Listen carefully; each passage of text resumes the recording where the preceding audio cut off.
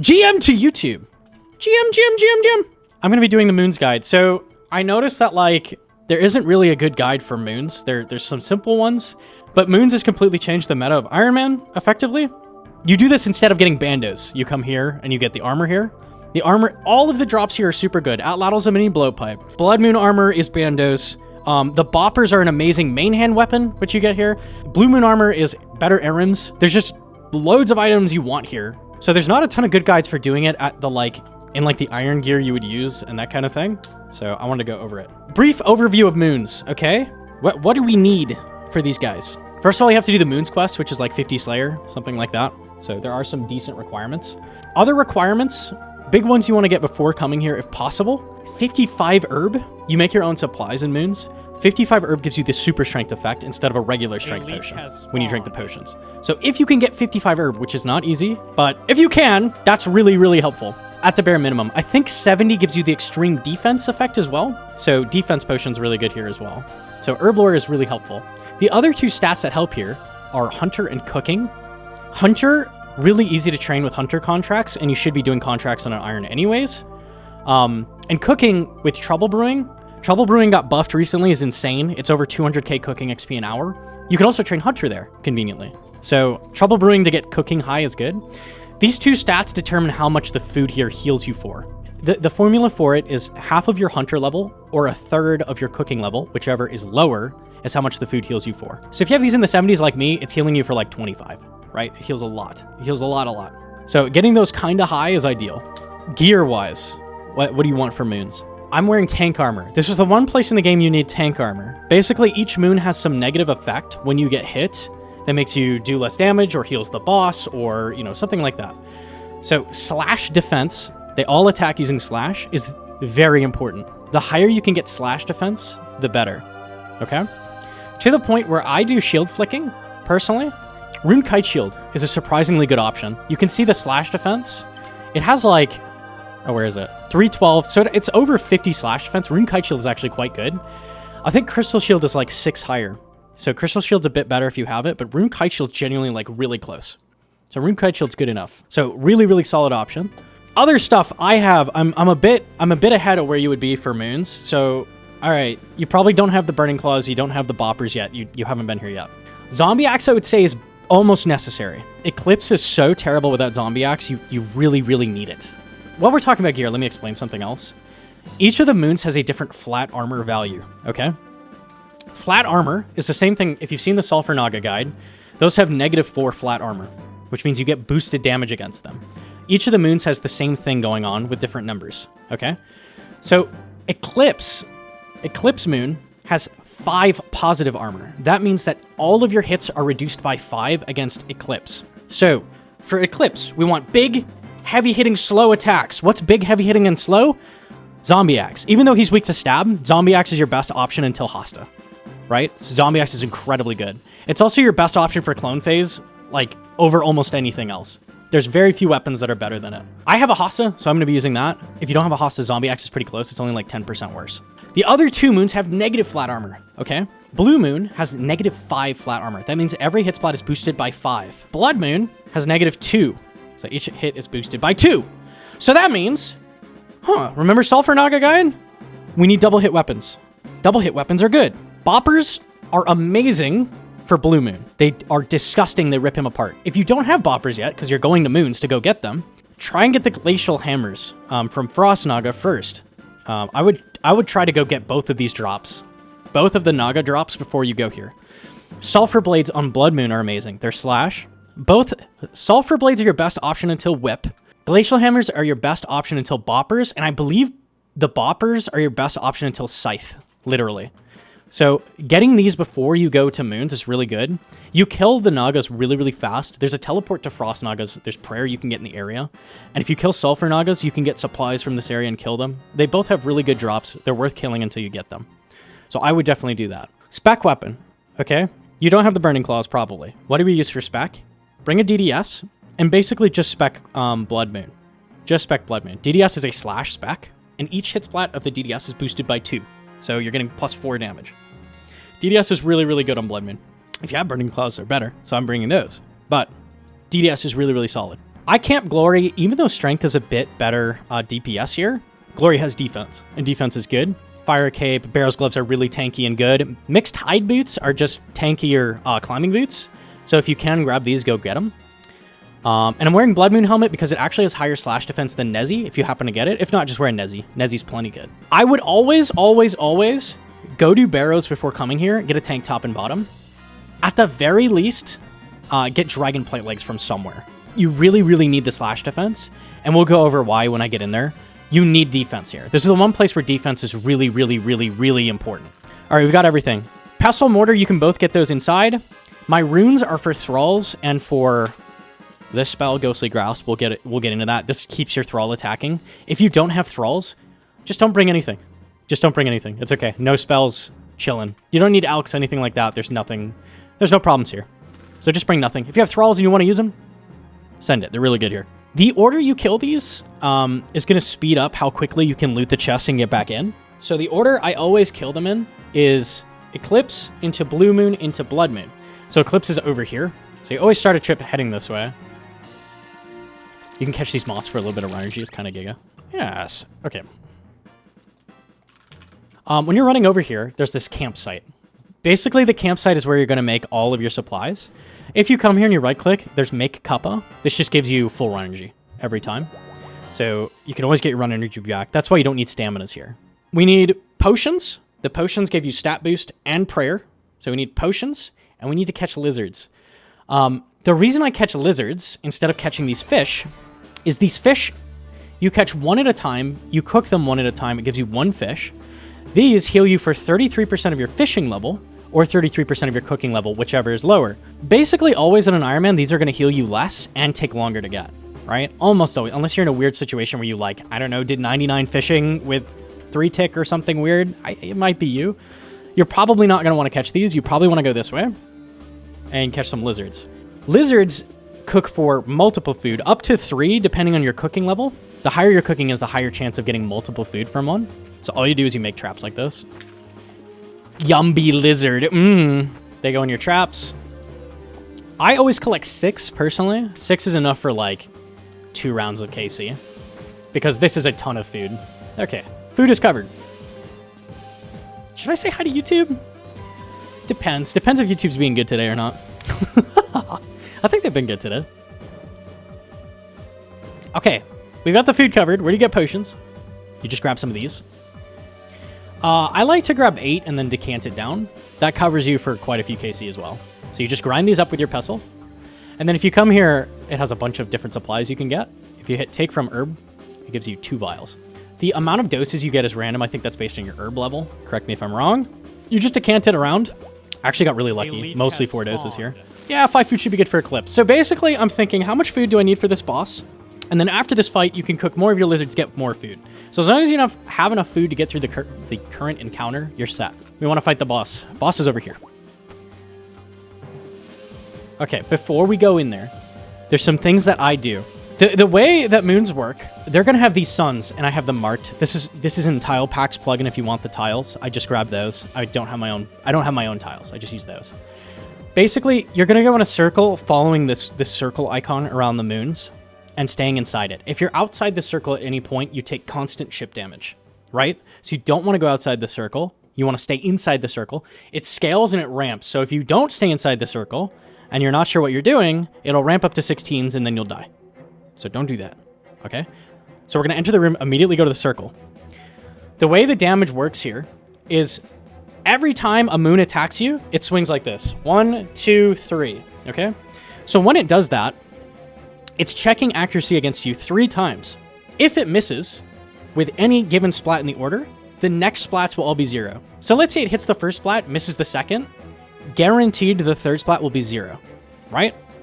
So that's how this works. That's why armor is so important, because you want to prevent it from getting to that third hit splat. Because the third hit splat maxes 2 times higher. Instead of 10, it's 20. And the third hit splat has ramping curse, okay? So before I go in there, I'll explain curse a second. Nobody who goes here knows what curse is. They have no clue. Well, almost nobody. I'm sure there's some smart guy. But in Eclipse, basically every moon has some negative for getting hit. In Eclipse, the way it works is he does 3 hit splats against you. If the first hit splat hits, he adds a value of curse based on how much he hits. So let's say he hits you a 4, he adds 4 curse. The second hit splat, if that lands, it does 3 times whatever it hits. So let's say he hits a 4 again, that adds 12. So now we're at 16 curse, okay? If the third hit splat hits, it's times 5. So let's say he hits another 4. 4, 4, 4. You're now at 36 curse. This curse goes up until 128, and I believe every 4 ticks, 2 of it decays. So you lose curse slowly over time, but it builds up as he hits you. Every time you go to attack Eclipse, before you attack, it checks your current curse value, and it reduces your max hit if you roll for it, okay? So if you're at a 128 chance, if you're at 128 stack of curse, it's guaranteed you lose 8 max off every hit, okay? So curse is bad. Curse is bad. The lower the curse is, the less chance. So you want to keep it as low as possible. All right, I will go in. One of the things I do to avoid that is, oh, perfect. I do step unders, okay? So if you step under, you see how I got that chip damage from stepping outside the circle? You actually can't be attacked by the moon if you step under. So it is guaranteed that that third hit splat cannot hit you if you do these step unders. And the way you do this is just look for his animation to start and then click it. So it's actually very easy, just takes a little bit of practice. As long as you're doing that, you will never ever get hit by the third hit splat, ever. This is the sun attack. You literally just turn your run off and walk around in a circle. It's probably the easiest thing to avoid. But the third hit splat is hitting you for 2. The third hit splat is not hitting me. I'm trading it for chip damage by stepping outside the circle. So that's how it works. Okay, so once it makes a full rotation, run over here, spam click. You basically never want to use specs here because most of your specs are going to be multi-hit splat, and every single hit splat here is getting reduced by 5 because he has a high armor value, right? So you don't want to do that. So just save your spec. Okay, see, you can see my curse value up here. There's actually a default runelight plugin that tracks it. So I'm at 55. That means half of my hits are going to get reduced by 8. This is the clone phase. You just click in the direction of the moon and your character will automatically attack towards him. Eclipse actually has reduced armor in this phase. I think it's 2 instead of 5, so your hits all hit harder, and I believe they're guaranteed to pass accuracy. So you really annihilate during this. And Zombie Axe is really, really good for it. No cap. Okay, so we defeated Eclipse. That's every special, that's how it works. It would loop after that if you didn't kill him there. It would do the sun, go back to the moon, go back to the clone phase, etc., etc., etc. Just continues. Okay, so we're at another campsite. Cook again. And at this point, every time I'm at Blue Moon, this is when I make supplies. You have potion making supplies, and you have Hunter right here. So every time I get to Blue Moon, I go, do I have enough for the next 3 moons I'm going to kill? The answer is yes, because I have a ton of food. Each of these is worth like 2 to 3 food, and I have lots of potions. So I know I'm good. So then we go to Blue Moon. Blue Moon's curse, instead, is it stacks curse 2 if the first hit spot hits you, 4 curse if the second one hits you, and 8 if the third one hits you. And this isn't based on what he hits at all. It's just if it hits you, it adds curse. Once you get to 18 curse, it freezes you for 1 attack. So this is like the least bad curse. That's why people consider Blue Moon the easiest, because the curse isn't that bad. Also, -5 flat armor means you just destroy Blue Moon's health if you have a double hit. This is the tornado phase. A lot of people just don't do it because they don't know what it does. It prevents Blue Moon from healing if you light the braziers. So you do want to make those.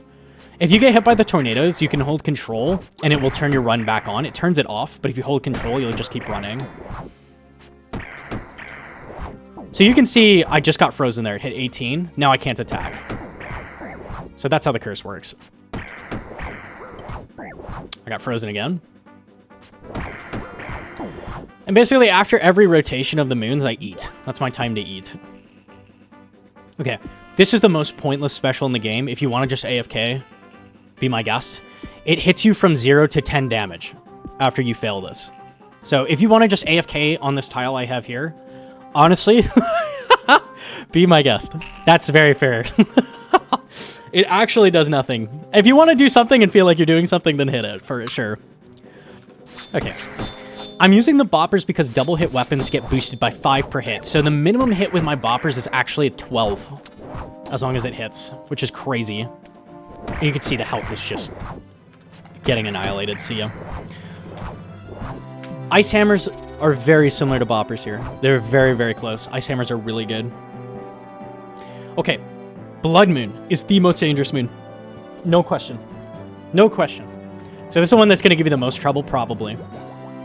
All Bloodmoon does is heal based on what he hits you. So for the first hit splat, if he hits you, it heals based on what he hits. So if he hits a 4, he heals for 4. The second hit splat, I believe, is 3 times what he hits. So if he hits a 4, he heals for 12. The third hit splat, he just heals between 30 to 45, randomly, if it hits you. So, healing 45 every hit. You really, really, really, really, really, really, really want to do step unders. Really, really. Okay, we're opening with Jaguars. Go to the one with the moon, and just right before they're about to stand up, step on the blood. So that's how you avoid this. Oh, I'm getting the bug! There's a rare bug when you enter the room that the timing is wrong. So that's cool. Be on the lookout for that. Of course it's when I'm trying to show the timing. Okay.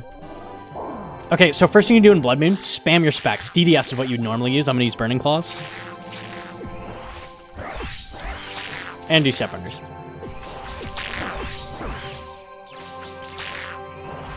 I like to throw in shield flicks. If you don't want to do shield flicks, totally fine. It helps a lot. It's like 20% less damage taken.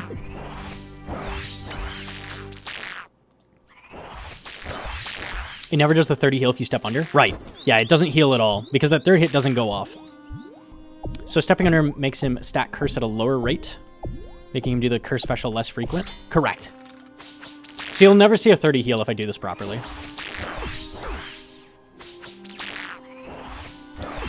I'm going to actually slow my damage here so I can show Jaguars. Because a lot of people die to Jaguars. So I definitely would kill him here. Okay. So go to your sun. So hitting the Jaguars doesn't actually do damage, it just heals you. That's all it does. So all you're doing is right before it's about to do its animation, click away from it.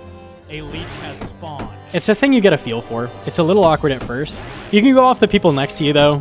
There's a lot of ways to like get used to it. It just takes some practice. It's not bad at all. Bloodmoon is going to be your worst boss if your defense is lower, if your herb is lower, if your DPS is worse. So Bloodmoon is always going to be the worst. It's always going to be the hardest one, by far. So doing step unders at Bloodmoon is really, really helpful. Really, really helpful. Would highly recommend learning to do that. Okay, when you're done, you just run over here. This is the chest. Never lucky. Okay, drops here. What do you care about? Okay. Super compost is really nice. You can make ultra compost with that pretty easily. Herbs. He drops Irrits and Harlanders. Both are really good for herb training. Swamp Tar is useless. Unlucky. And then bones. Lots of different types of bones. Wormling bones, bone shards, and sun-kissed bones. All of these are good for passive prayer training. These are like, I want to say 10k prayer XP an hour, depending on stats and stuff. So not bad on an Ironman. That definitely adds up. Why would you use herbs on tar when you could make potions? I don't know what that's about. Maybe I'm missing something. It's decent herb XP. But you can just make energy pots, yeah? Terramins from Kingdom? Okay, fair enough. It's a use for them. Not with Mixology. Yeah, you can just throw them in Mixology too. I don't know about that. Maybe? I don't know. They drop any... Oh, the other thing is orbs. Water orbs. Water orbs are really good crafting training. You can buy battle staffs over time. That's really solid for crafting. They're also worth profit. So that's nice. So you get some gold out of it as well. So those are the things you're after. The items. The actual drops. Besides the commons. Where's Moons? Moons apparel. Eclipse set is probably the least useful. The Atlatl is amazing. The weapon is so good in an iron because it's a mini blowpipe. This is your option until you have a blowpipe for ranged. Basically, you just spam this thing at everything. It's so good. It's so, so good. The full Eclipse set is really good for a couple places. I've been using it at Toa, been using it at Chambers. The set gives you burn chance every time you throw an Atlatl and it hits. And that's just an extra 10 damage every time you get a burn. So that's quite good. On a 3-tick weapon, that's really strong. So Eclipse isn't bad. That's probably the least useful set, though. Blue Moon armor. This is Arims with strength bonus. Really, really good. Also, it doesn't weigh 1,000 kilos, which is nice. It's basically just better Arims. This is super good in Toa. It's super good everywhere. It's just magic damage, right? Magic damage is good. And then the Blue Moon Spear early is 5% mage damage, which is nice. There's not a ton of options for staves that give magic damage early. This is one of them. So pretty solid. And then Blood Moon. Blood Moon is what everybody's after. Blood Moon is Bandos. Blood Moon is Bandos armor. Even the helmet is one more than a Nezi. It's one more strength. So this is really, really strong. Not to mention the Boppers. The Boppers, as a main hand weapon in general, are your best option until, like, Hosta, basically. So getting these early is insane. It's so good. Gone are the days of D-skim everything. Now you can get Boppers. Boppers are insane. These are called... what are they called? Maquahedal? I named them Boppers. I don't even know what the real name is anymore. Dual Maquahedal. Boppers are really, really strong. The set effect with Boppers is it increases your attack speed. So effectively, you have 3.5 tick attack speed instead of 4 tick. So it's a huge DPS increase to get the full set with it as well. So this is really good at everywhere. Toa. Toa, Chambers, Huey is insane because Huey is good drops in general. Really, really good everywhere. So you can see everything here is useful. Like everything. It is all really strong and has a use. Mock Waddles. It's really good to rush this on an iron just because it gives you fucking everything you need. Like it just juices your account. It's cracked. Common question I get asked. If you have a full set like this, there is dupe protection here. So if I roll for Blood Moon armor, the next time it will be pants because I don't have pants, right? So a common question I get is, if you have the full set, do you keep killing that moon? The answer is no, if all you care about is uniques. It does reduce your common loot though. So it is better to kill a single moon or 2 moons if you have the other one's full set. So let's say I didn't want any more Eclipse armor, I would stop killing Eclipse entirely and kill the other 2. I'm on a Gim, so dupes are useful, but yeah, killing 1 or 2 moons is worth it if all you care about is the unique. So that's something to keep in mind. Basically, Moons has completely shifted the meta. You don't have to go to Bandos early anymore. You don't have to go do Barrows to full clog anymore. It supercharges the mid game. It gets you to mid game rapidly. So like coming here as early as possible is incredibly good. No supply use whatsoever, and they give incredibly good drops and things that train your skills. So it's really, really worth coming here. That's it. I'll see you later. Bye, YouTube. Bye. See ya. Okay. All right, decent, close enough. I think there's a couple things. Good enough. Good enough, good enough.